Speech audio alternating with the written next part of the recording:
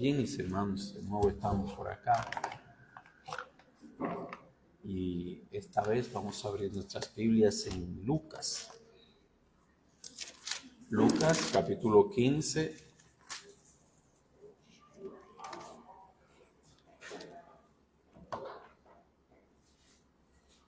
Vamos a leer desde el versículo 11 en adelante. Lucas capítulo 15, versículo 11. Leemos, dice: También dijo, un hombre tenía 2 hijos, y el menor de ellos dijo a su padre: Padre, dame la parte de los bienes que me corresponde. Y les repartió los bienes. No muchos días después, juntándolo todo, el hijo menor se fue lejos a una provincia apartada y allí desperdició sus bienes viviendo perdidamente. Y cuando todo lo hubo malgastado, vino una gran hambre en aquella provincia y comenzó a faltarle.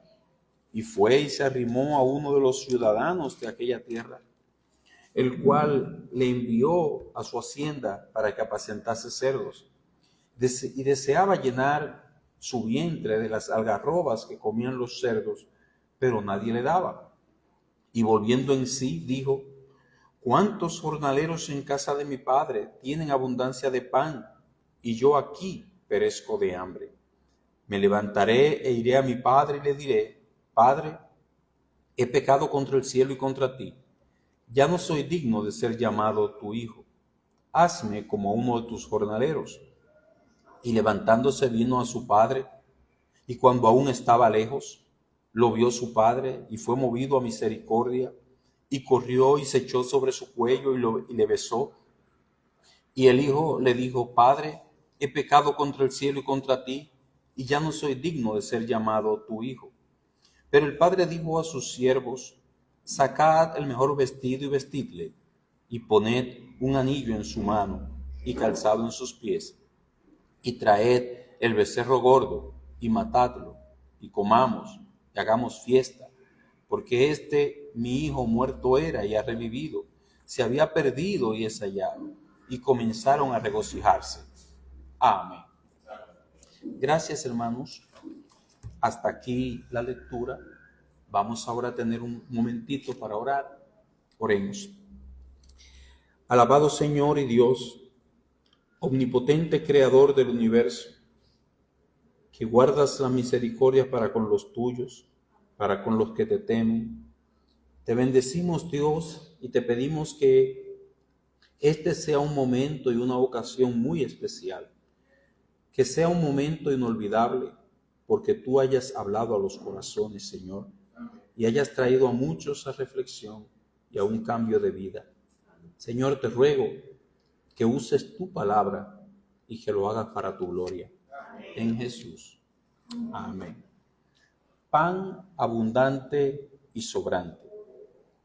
Hermanos, nosotros hemos leído una porción bastante conocida, es la parábola, como la hemos llamado popularmente, del hijo pródigo, el hijo disipador, malgastador o derrochador, es lo que quiere decir.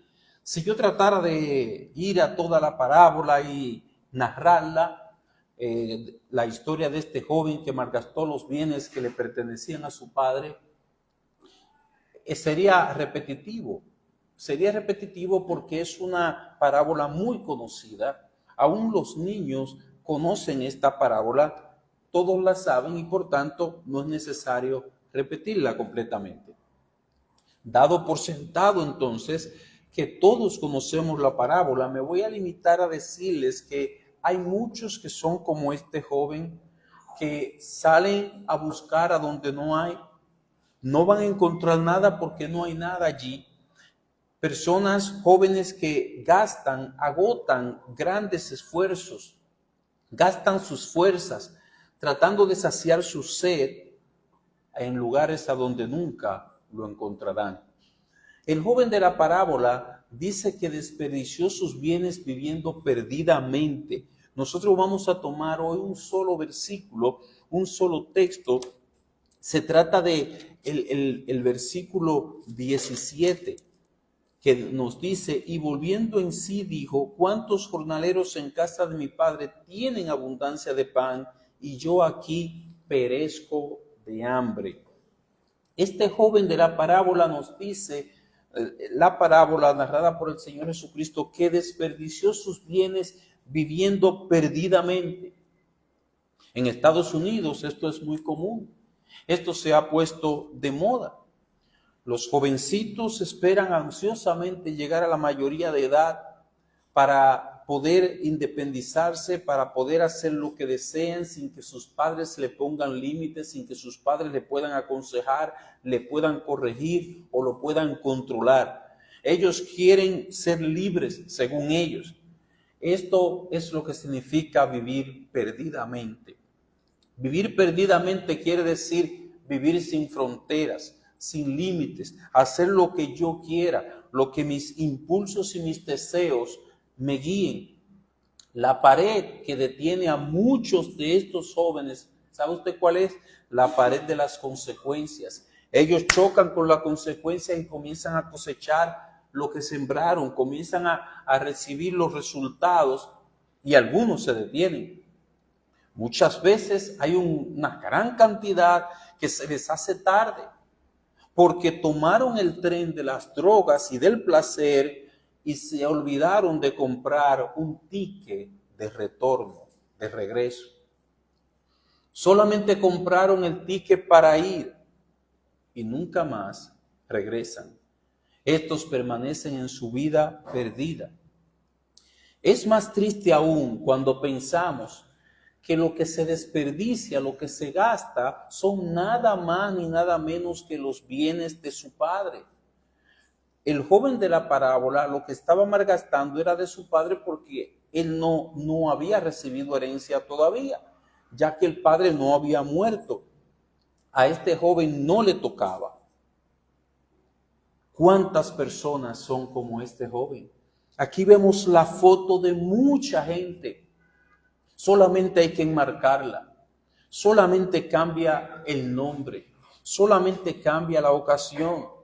Aquello que Dios puso en sus manos, oiga bien, sea dones, talentos o habilidades.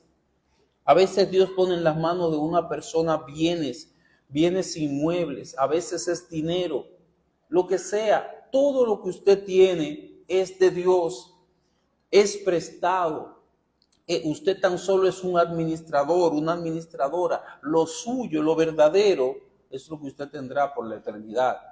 Entonces, Dios muchas veces coloca en nuestras manos diferentes cosas para que nosotros la administremos.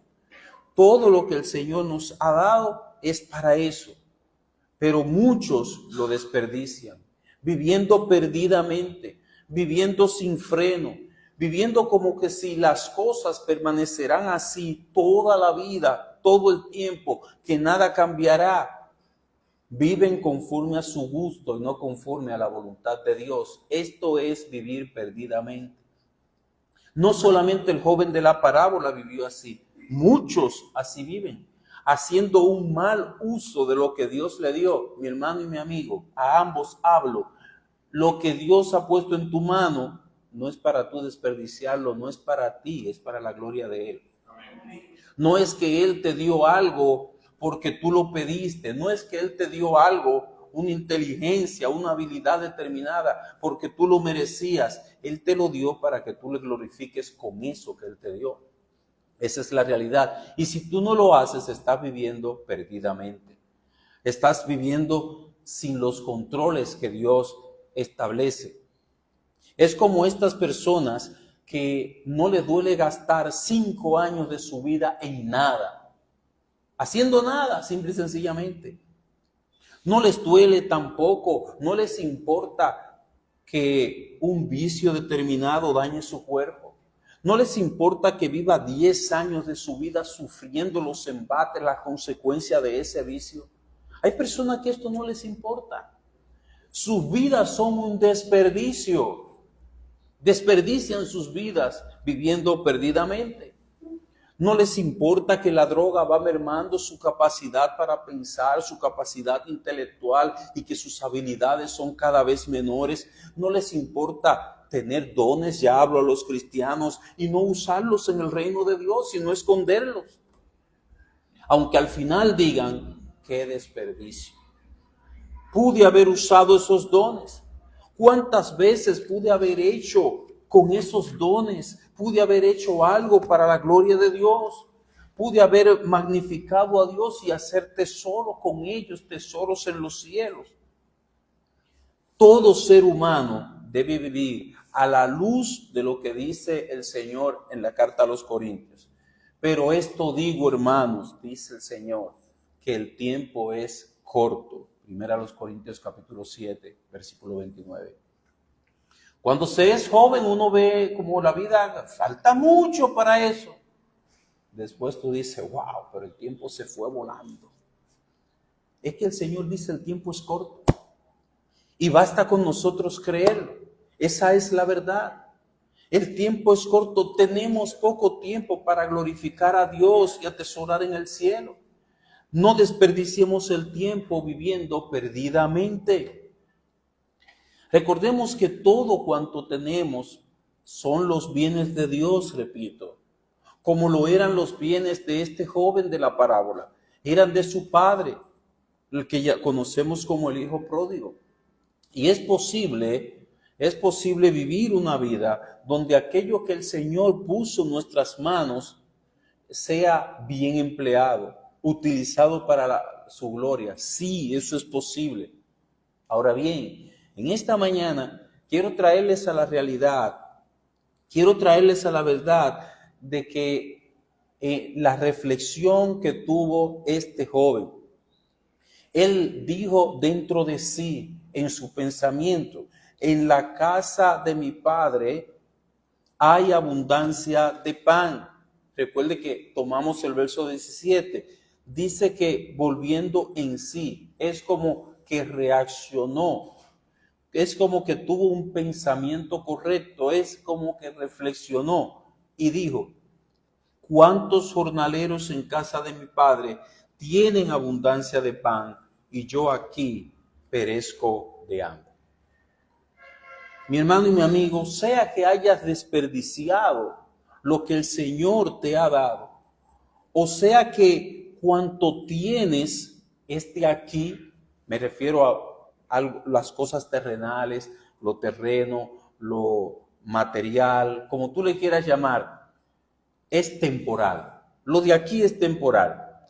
Sea cual sea el caso, nuestro versículo 17 nos dice que en el Señor hay abundancia de pan. ¿Cuántos jornaleros en la casa de mi Padre tienen abundancia de pan?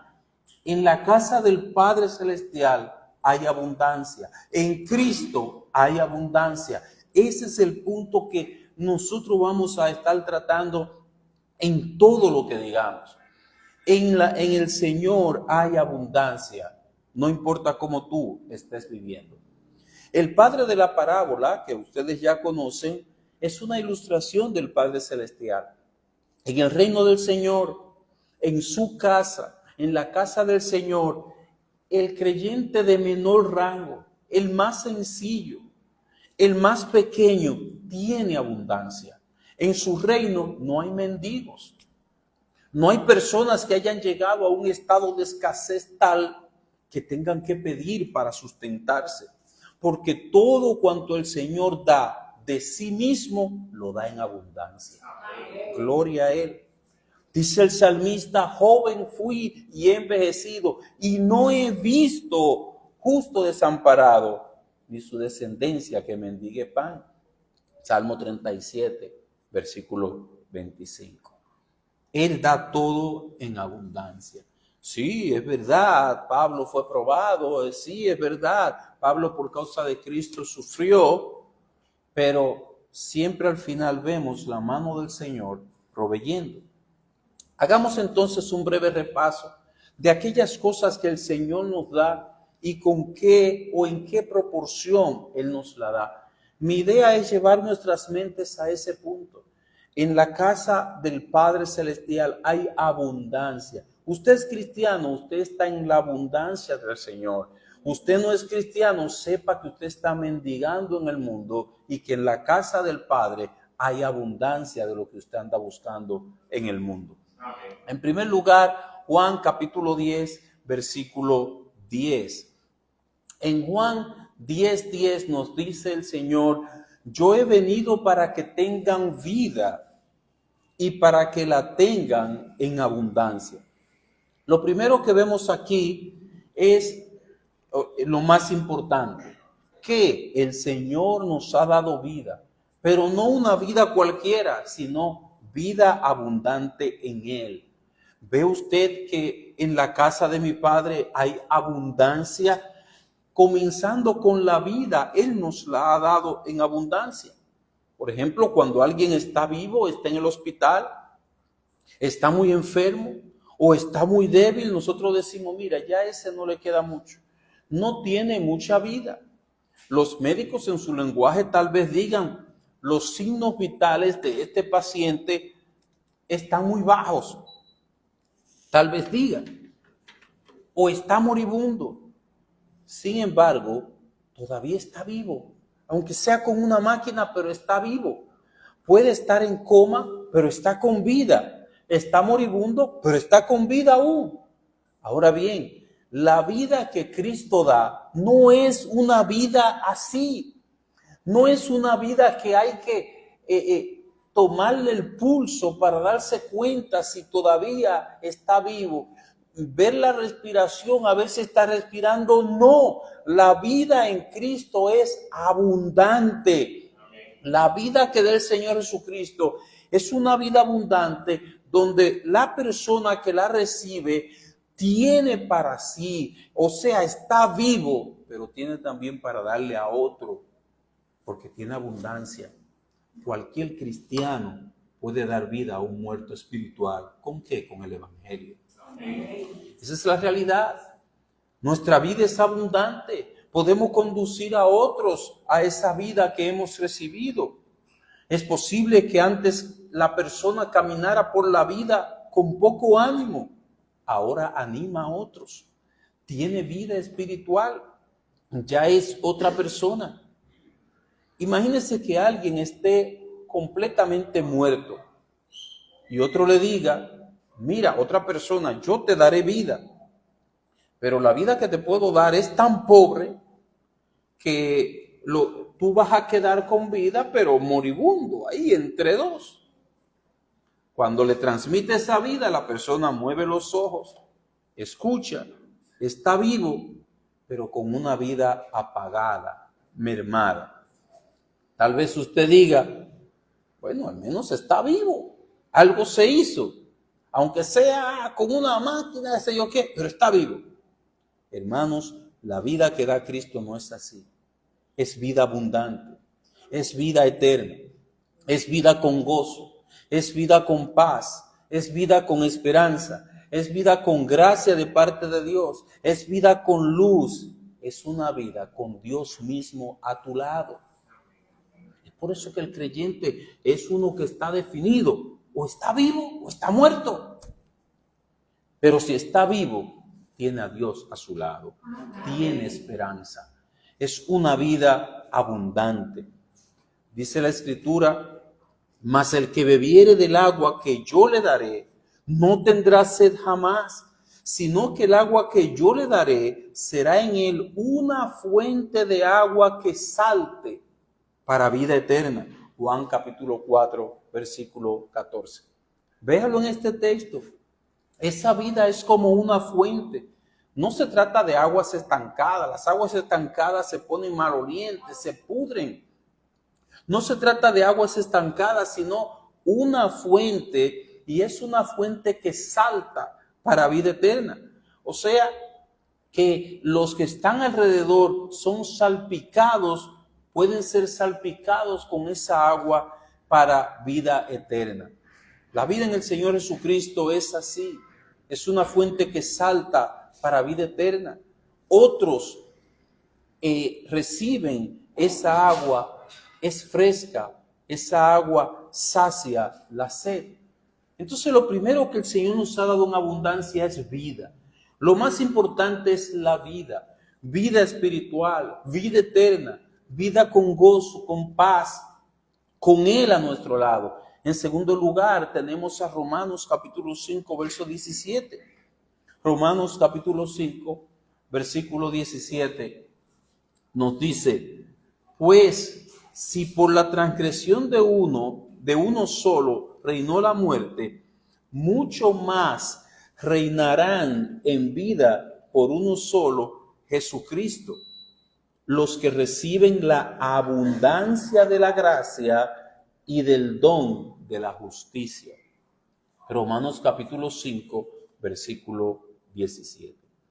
Abundancia de la gracia. La gracia que nosotros recibimos en Cristo, nos dice aquí, no es escasa. Habla de abundancia de la gracia. No es escasa, hermanos, sino que es llamada así. A Pablo el Señor Jesucristo le dijo: bástate mi gracia. En 2 Corintios capítulo 12, versículo 9. La gracia de Dios es suficiente. Es suficiente para todo lo que nosotros tenemos que enfrentar en esta vida. La gracia de Dios fue la que hizo fuerte a Pablo, porque era una gracia abundante. La gracia de Dios fue la que hizo a aquella mujer adúltera no volver a pecar. Cristo le dijo a ella: vete y no peques más, en Juan capítulo 8, versículo 11.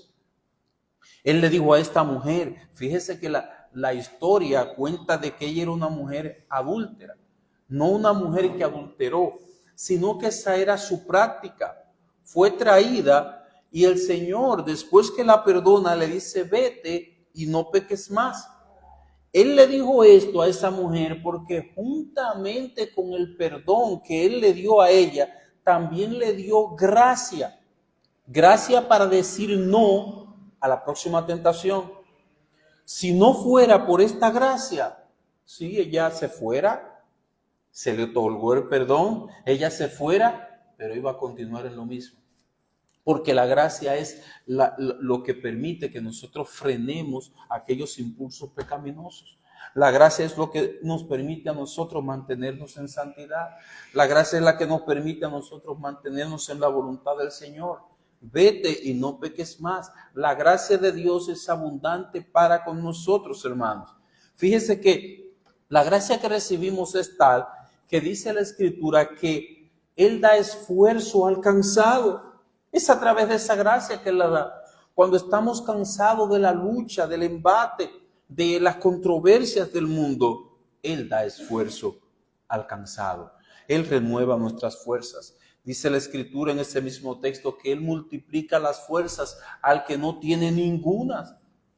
Solamente así se puede explicar cómo una persona débil, una persona que no tiene fuerzas en sí mismo, sin embargo, le vemos enfrentar diferentes pruebas y situaciones en este mundo. ¿Por qué? Por la gracia de Dios. Porque por su gracia, Dios multiplica las fuerzas al que no tiene ninguna. También nos habla Isaías de que tendrán nuevas fuerzas. También nos dice que correrán y no se cansarán, caminarán y no se fatigarán. Isaías capítulo 40, versículo 29 al 30. ¿Qué más puede desear un creyente para vivir la vida cristiana? Con la gracia de Dios somos sustentados para poder caminar y no cansarnos. Muchos se agotan de los embates, de los problemas, de las dificultades de la vida. Dicen no poder más, pero el Señor nos dice a nosotros que por su gracia caminaremos y no nos fatigaremos. Podremos continuar la carrera hasta el final. Podremos llegar hasta la meta. Podremos perseverar hasta el fin por su gracia. Y por eso al final le daremos gloria a Él, porque no fue nuestras fuerzas, sino que fue la gracia del Señor. ¿Cuántas personas vemos en la vida que las diferentes dificultades de la vida los han llenado de amargura, de frustración, de resentimiento? Son personas que viven a la defensiva, piensan que todo el mundo está buscando su mal, pero la gracia nos da nuevas fuerzas. fuerzas para volvernos a levantar, fuerzas para seguir adelante, fuerzas para no cansarnos de hacer el bien, fuerzas para continuar llevando nuestra cruz hasta el final. Debemos alabar la gracia de Dios en nosotros.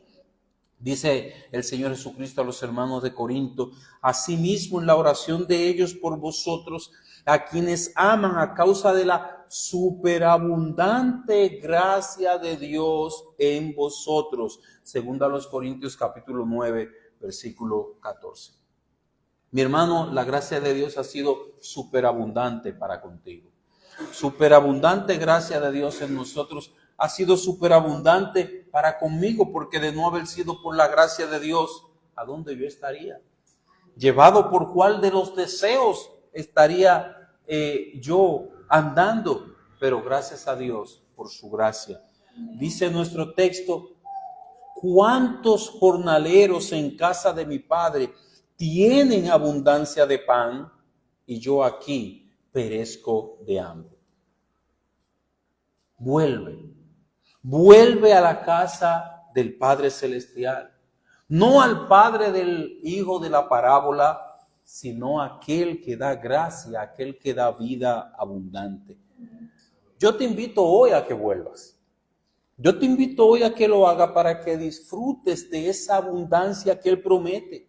En la casa de mi Padre a nadie le hace falta algo.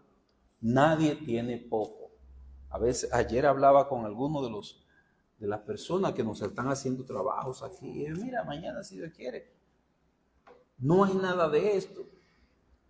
Váyanse a la iglesia. No, es que estamos fríos. Pero en la casa de mi Padre hay abundancia de pan. ¿Por qué vamos a estar hambrientos y sedientos si en Él hay todo lo que necesitamos? Vuelve a la casa del Padre Celestial y disfruta de sus abundancias. Es lo que dice la Escritura. Este joven reflexionó y dice: ¿cuántos jornaleros? Los jornaleros no son los empleados fijos, sino que son los que van a echar un día. Son los de menor categoría. ¿Cuántos? Aún los jornaleros en la casa de mi Padre tienen abundancia de pan. Mi amigo y mi hermano, y es así. Aún el más sencillo de los cristianos tiene toda la gracia disponible en el Señor Jesucristo. Tiene abundancia. Aún tú lo veas en la más sencilla, sencilla condición, aún tú lo veas en la categoría de Lázaro, en Cristo tiene abundancia. Vuelve a la casa del Padre para que disfrutes de esa abundancia. Qué triste es estar fuera de la casa del Padre Celestial, lejos de su reino. El que está así, sin Cristo, sufre inseguridad, sufre desesperación, se angustia cuando ve que la despensa, el lugarcito donde pone el saquito de arroz, está vacío. Se aflige, se afana, se preocupa y al final se da cuenta de que todo fue en vano. Pero en lugar de continuar así, vuelve arrepentido a la casa del Padre Celestial. En Él hay provisión abundante y sobrante. Mi amigo, a las personas lo que le hace falta no es dinero, lo que le hace falta es Cristo.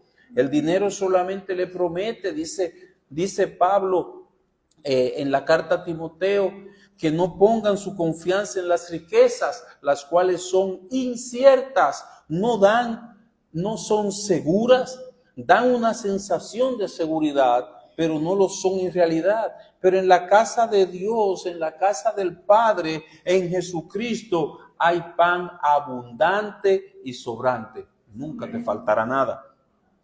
El mismo David, repito, dijo: joven fui y he envejecido y no he visto un justo desamparado ni su descendencia que mendigue pan. David en la mano del Señor tuvo seguridad, fue cuidado, fue protegido, no le faltó nada. Él llegó a la vejez reconociendo la gracia y el cuidado de Dios para su vida.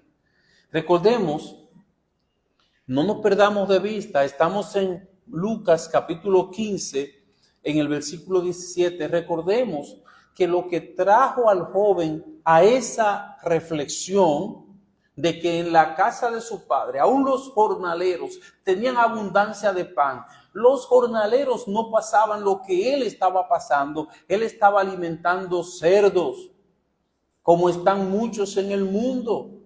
Están pasando las 1001 en vez de estar cerca del Señor. Este joven llegó a la reflexión, ¿sabe por qué? A causa de su necesidad. A veces nosotros los padres queremos que los hijos estén siempre en coche, que no les pase nada. Las necesidades son buenas, nos llevan a reflexionar de qué es lo que verdaderamente tiene valor. Digo, nosotros queremos, los padres, que a nuestros hijos no les pase, no sufran, pero eso viene en el paquete, eso está en el contrato y nadie se lo puede evitar. Esa es la realidad. Pero si son bien utilizados los sufrimientos, nos pueden traer a Dios. Este joven reflexionó bien, no se dejó arropar, ni se quedó tan solo lamentando allí, sino que en el verso 17 nos dice que él dijo dentro de sí: ¿cuántos jornaleros en casa de mi padre tienen abundancia de pan y yo aquí perezco de hambre? Hay un montón de gente con ese vacío, ese estado de angustia, ese estado de desamparo, y está en el mundo. Y Dios le está ofreciendo su gracia, le está ofreciendo vida en abundancia, le está ofreciendo a su mismo Hijo Jesucristo. ¡Qué desperdicio! Recordemos entonces, resumiendo, que esos sufrimientos traen a este joven a reflexionar sobre su pecado. Esa necesidad es la que le lleva a reflexionar. Cuando hacemos esto, hay posibilidad de que la persona se vuelva a Dios. Mientras no nos volvamos del pecado, mientras no reflexionemos, hay la posibilidad de que el Señor nos haga pasar por más dificultades, pero es procurando de producir en nosotros ese estado de reflexión. Dice Job: él mira sobre los hombres, y al que dijere, pequé y pervertí lo recto, y no me ha aprovechado, Dios redimirá su alma para que no pase al sepulcro, y su vida se verá en luz. Job capítulo 33, versículo 27 al 28. ¿Cuál de nosotros aquí dice lo que este hombre dice? Pequé, pervertí lo recto, lo hice mal, desobedecí, no me ha aprovechado, no encuentro lo que el pecado me prometió. Si tú lo dices con sincero corazón, con corazón arrepentido, dice este texto, no Guillermo, sino Dios, que Él redimirá tu alma para que no pase al sepulcro y que tu vida se verá en luz. Ojalá y tú puedas reflexionar sobre esto. Pero quiero ir aún en cuarto lugar a algo más que de una manera abundante el Señor nos da en Cristo. Ya hemos visto que Él nos da vida. Ya hemos visto que Él nos da gracia. Pero también veremos que Él nos da su Santo Espíritu. Dice Juan capítulo 3, versículo 34, porque el que Dios envió, las palabras de Dios habla, pues Dios no da el Espíritu por medida. Dios no da el Espíritu por medida. Quiere decir entonces que todo cristiano tiene el mismo Espíritu Santo. No hay una medida de que este tiene más Espíritu que este. Ninguno tiene más Espíritu Santo que otro, porque Él no da el Espíritu Santo por medida.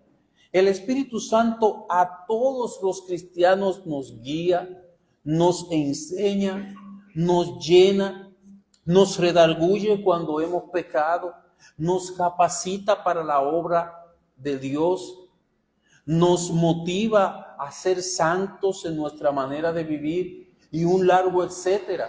Él es nuestro ayudador. En todo lo que sea para la gloria de Dios, el Espíritu Santo nos está ayudando. En todo lo que tiene que ver con conformarnos al carácter del Señor Jesucristo, con parecernos a Cristo, el Espíritu Santo nos está ayudando.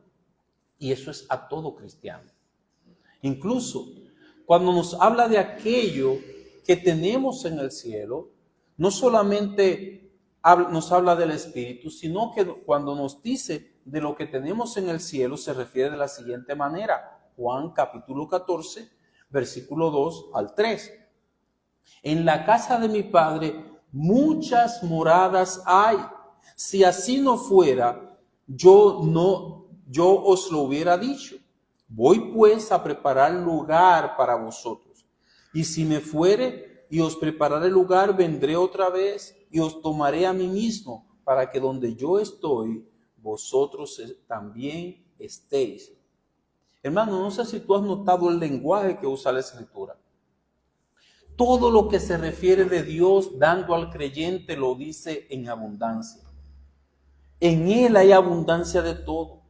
Dice el Señor Jesucristo, en la casa de mi Padre muchas moradas hay. No pocas, no hay escasez. Muchas moradas hay. En el Señor todo, repito, es abundante y sobrante. En el Señor no nos falta nada. Hay muchas moradas donde está el Padre. Ninguno de los suyos estará fuera, estará desamparado, estará sin hogar. Esa es una de las principales preocupaciones del ser humano. Si la preocupación de un ser humano aquí en la tierra, una preocupación legítima, es tener un techo, una casa, sepa esto, Él nos dice, pues porque sabemos que si nuestra morada terrestre, este tabernáculo, se deshiciere, porque se va a deshacer, créame, ahí usted destapa a ese lugar a donde nos van a meter a nosotros, destapa uno y al poco tiempo está deshecho, está polvo. Si este tabernáculo se deshiciere, dice él, tenemos de Dios, no un tabernáculo que era una tienda, un edificio, una casa no hecha de manos, eterna, en los cielos. Segunda a los Corintios capítulo 5, versículo 1.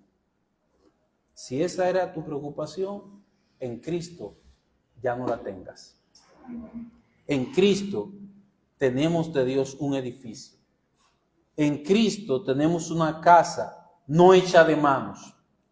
En Cristo tenemos una casa eterna. ¿Dónde? En los cielos. Esa es la realidad. Tenemos abundancia. Tenemos abundancia y mejor, en mejor lugar. Hecha una casa con el mejor arquitecto, con el mejor constructor. En el Señor es que lo tenemos, al lado del Señor. El cristiano, hermanos, al lado del Señor lo tiene todo y lo tiene de una manera plena, de una manera abundante. En el mundo no hay nada que ver, no se puede comparar. Queda muy lejos la comparación. Los que andan detrás de vanidades ilusorias es porque están engañados, es porque están ciegos con relación a las cosas espirituales. Cuando nos estamos acercando demasiado al mundo, cuando estamos siendo atraídos demasiado por el mundo, es porque hemos perdido el contacto con Dios, porque en el Señor Jesucristo tenemos abundancia. Cuando el joven de la parábola, dice el texto, volvió en sí, estamos en el verso 17, dice que volviendo en sí dijo, ¿cuántos jornaleros en casa de mi padre tienen abundancia de pan y yo aquí perezco de hambre? Cuando él volvió en sí, él añoraba lo que él había visto en casa de su padre. Él añoraba lo que había en abundancia en casa de su padre. Allí todo era pleno. Allí todo bien era abundante. En el reino del Padre Celestial, es así, todo es abundante. El perdón es abundante, porque Él nos perdona no 2, 3, no algunos pecados, todos nuestros pecados. Nos libra de grandes y múltiples males. Déjeme darle un ejemplo de una que se menciona en la Biblia. Dice, y algunas mujeres que habían sido sanadas de espíritus malos y de enfermedades, y menciona una, dice María, que se llamaba Magdalena, de la que habían salido 7 demonios. Lucas capítulo 8, versículo 2. Yo sé que a esta María Magdalena no le resultaba difícil decir qué había hecho Cristo o qué había hecho Jesucristo en su vida. No era un demonio que la dominaba. 7. Tal vez la gente lo daba por un caso perdido. No sabemos, no se nos dice a qué la empujaban todos estos demonios, pero sí, su vida de seguro era un infierno aquí en la tierra. Repito, no era un demonio, sino que 7 la poseían. La voluntad de 7 seres malignos estaban allí, pujando para llevarla de aquí para allá. De seguro que la vida de esta mujer no tenía ningún valor. Los lugareños tal vez la daban, repito, como un caso perdido, pero el Señor Jesucristo le dio una gran libertad. Por eso vemos que ella se entregó al servicio de ella. Mis hermanos, lo que hace el Señor es abundante, es grande. No importa que la persona esté hundida en lo profundo de su pecado y que uno lo ve y dice, mira, con ese ya no hay más nada que buscar. El Señor Jesucristo lo puede transformar.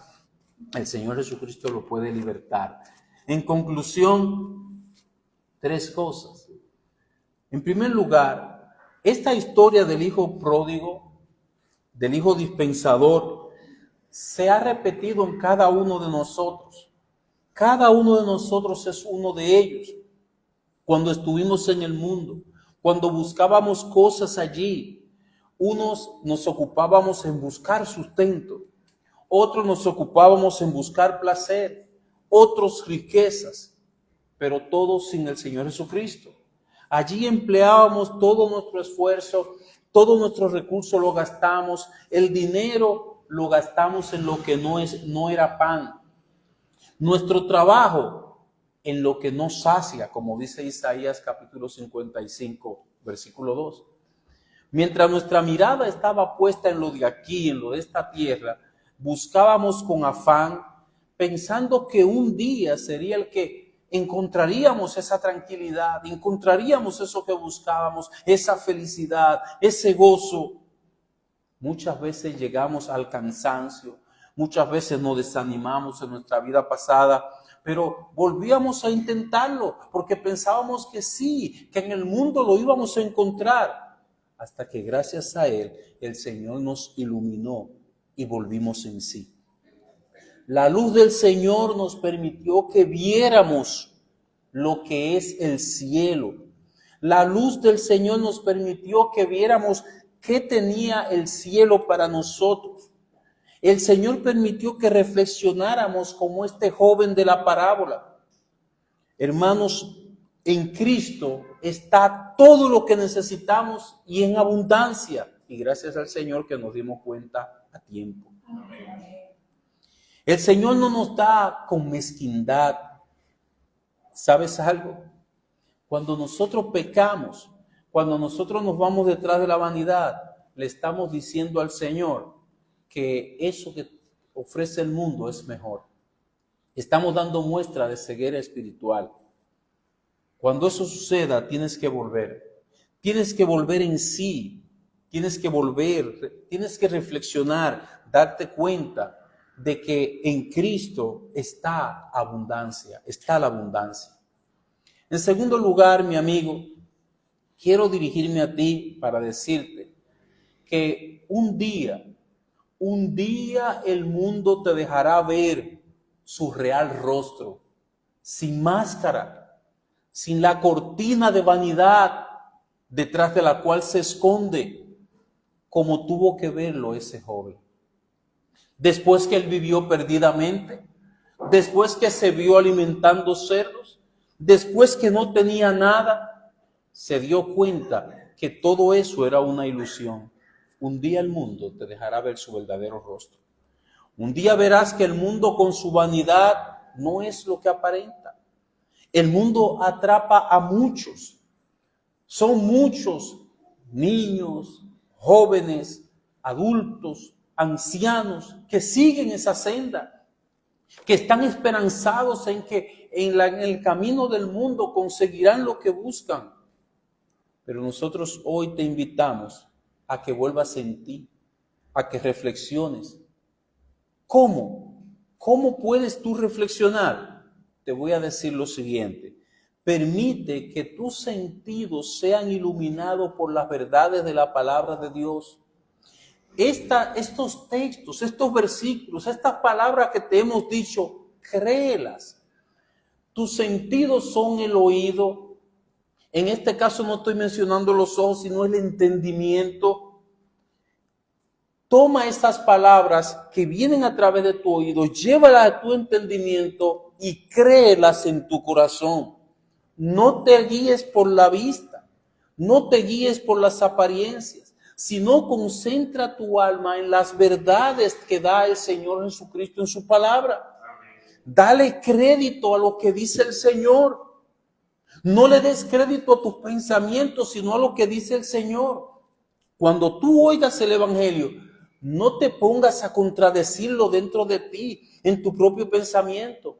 No impongas tu propia idea, porque su palabra, la palabra de Él es absoluta y es completamente verdad.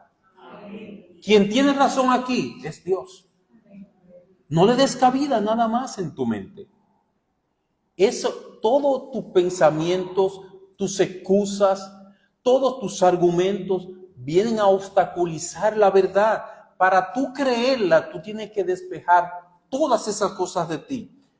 Cuando esta palabra te dice que tú eres un pecador, cuando estas escrituras te dicen que tú necesitas arrepentirte, que tú necesitas nacer de nuevo, aprópiate de esas palabras sin peros, sin excusa. No mires a ninguno de tus actos de bondad. No comiences, no, pero mira, la semana pasada yo le hice bien a fulano, a sutano y a vengano. Entonces eso te va a dar un aliento como de que tú no eres tan malo. No des cabida nada más. Cree la palabra de Dios. Tú eres un pecador que necesitas arrepentirte. Nicodemo, aún con todos sus años de religión, necesitaba nada más ni nada menos que nacer de nuevo. Tú lo necesitas. Abraza esas palabras. Recíbelas sin peros. No des cabida a tus buenos sentimientos. A nosotros nos encanta decir que somos de buen corazón. Que nosotros tenemos un gran corazón, cree solo lo que dice la Escritura. De esta forma, haciéndolo de esta manera, por la gracia abundante de Dios, terminarás creyendo que Dios es verdad y que todo hombre es mentiroso. Terminarás abrazando la verdad de Dios y rechazando tus mentirosos pensamientos que solamente te llevan a la condenación. Son pensamientos que te entretienen. Son pensamientos que te dicen, tú no estás tan mal, tú puedes esperar. ¿Cuál es la prisa?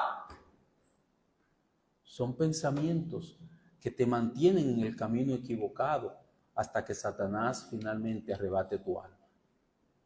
¿Cuándo? Yo no sé. Ese es un misterio que Dios no ha revelado. ¿Cuándo se termina el momento de nuestras oportunidades?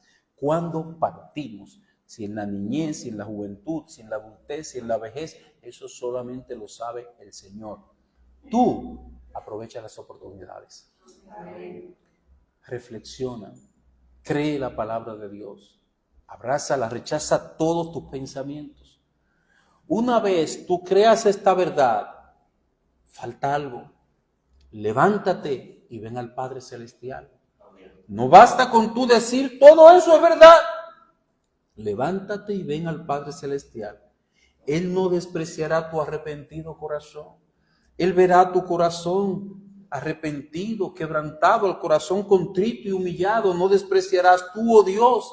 Él mirará tu corazón y verá que realmente te sientes y has visto tu pecado, te sientes que estás perdido y que solo Cristo te puede salvar. Él verá tu corazón que está dispuesto a desligarse de todo tipo de pecado, que está dispuesto a dejarlo todo por el cielo, por Cristo, por su gracia. Él verá en tu corazón que tú estás dispuesto a confiar tu salvación en Cristo, no en tus buenas obras, no en que eres bueno, no en que te estás portando bien, no en que ya estás dejando este o aquel pecado. Mi amigo, esto es volverse a Dios. Esto es darle la espalda al pecado que sume al hombre en la miseria espiritual.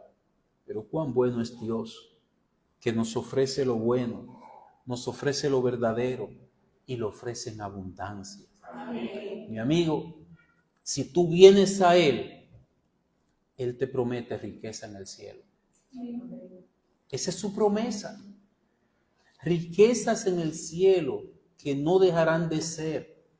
En último lugar, algo a lo que deseo llamar tu atención es a lo que hizo este joven. Él se levantó, dice el siguiente texto, el verso 18, me levantaré e iré a mi padre y diré, Padre, he pecado contra el cielo y contra ti. Versículo 20, y levantándose vino a su padre. Esta parábola es bien descriptiva. Nos presenta la reflexión, nos presenta la decisión que él tomó, la resolución y nos presenta la acción. ¿Por qué es descriptiva paso a paso? Porque muchas veces la persona se queda en aceptar. Sí, todo eso es verdad, pero no hace nada. Así no puede aprovecharle nada. Entonces, llamamos la atención a lo que hizo este joven. Su acción fue el producto de haber reflexionado en aquello que había en la casa de su padre. Él reflexionó en ello. Por tanto, algo que de seguro te va a ayudar a que tú te levantes y vengas a Cristo. Te va a ayudar a dar media vuelta y alejarte del pecado para venir a Dios, al Padre Celestial. Enfatizo, es reflexionar lo mucho, lo grandioso, lo inmenso que Dios te ofrece en Cristo y lo vano, lo ilusorio que es lo que el mundo te está dando en el momento. Yo te desafío a que pienses en eso. Reflexiona en lo que Dios te ofrece y lo que el mundo te da. Reflexiona en lo que viene en el futuro a los que están en Cristo y lo que viene en el futuro a los que están en el mundo. Satanás no quiere que reflexionemos. Quizás al momento de tu salir de aquí, él te ofrezca en una bandeja la música que más te gusta, para que tú no tengas tiempo de reflexionar en nada de lo que se dijo allí. Para que tú tengas en buen dominicano, embullarte y no dar curso a la reflexión. Por eso te estamos invitando hoy a que tú te cuides de esto. Te estamos invitando a que tú reflexiones. La paz, el gozo, el perdón, la esperanza, la seguridad, la compañía de Cristo. Reflexiona en todo esto y esto despertará en ti hambre por ser un ciudadano del cielo, deseos de ser miembro de la familia de Dios. Repito, reflexiona, considera, medita en todo aquello que el Señor te ofrece a ti y a todo aquel que venga a Él. Y el Señor bendiga tu meditación, el Señor alumbre tu entendimiento, el Señor te dé fe para tú creerle a Él, pero hazlo ahora. Hazlo porque hay muchos que ya sus mentes no le permiten reflexionar. Hazlo ahora porque hay muchos que sus mentes ya están atrofiadas por las drogas, están atrofiadas por la demencia, están atrofiadas por ese estado de dolor tan intenso que no les permite reflexionar en el cielo, sino que solamente reflexionan en ellos mismos y en su dolor. Hay muchos que ya no pueden hacerlo por la excesiva depresión o cualquier otro estado que impida al ser humano reflexionar profundamente en las cosas eternas. Hazlo antes de que eso suceda. Hazlo antes de que algo afecte tu mente. Recuerda que el enemigo de las almas lo más que quiere es que tú no escuches. Pero si escuchas, si te le zafaste y viniste a escuchar, ahora Él no quiere que tú reflexiones. Porque la palabra entra por aquí, se analiza, se reflexiona aquí y hace finalmente su efecto en el corazón. En el corazón se cree, dice el Señor, para justicia. Nosotros oramos y con todo corazón deseamos que Dios lleve esa palabra a lo profundo de ti. Que tú puedas creer en ella. Ella es verdadera. Yo no puedo hacerlo por ti. Solamente la puedo llevar a tus oídos. Que el Señor haga el resto.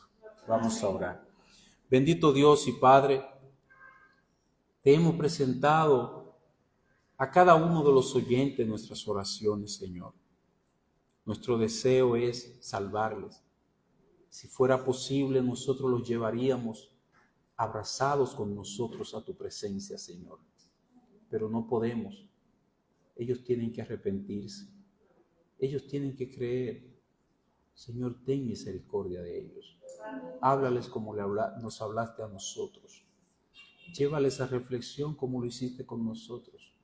Por tu bondad, por tu misericordia. En Jesucristo. Amén.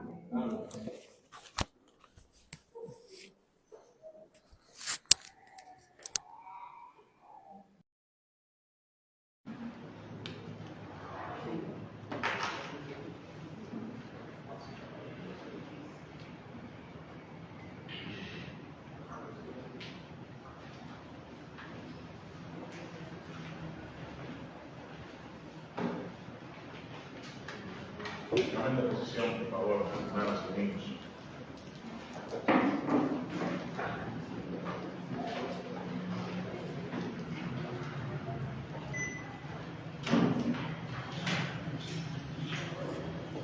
Vamos a entonar un último himno para así ser despedidos solo en Jesús.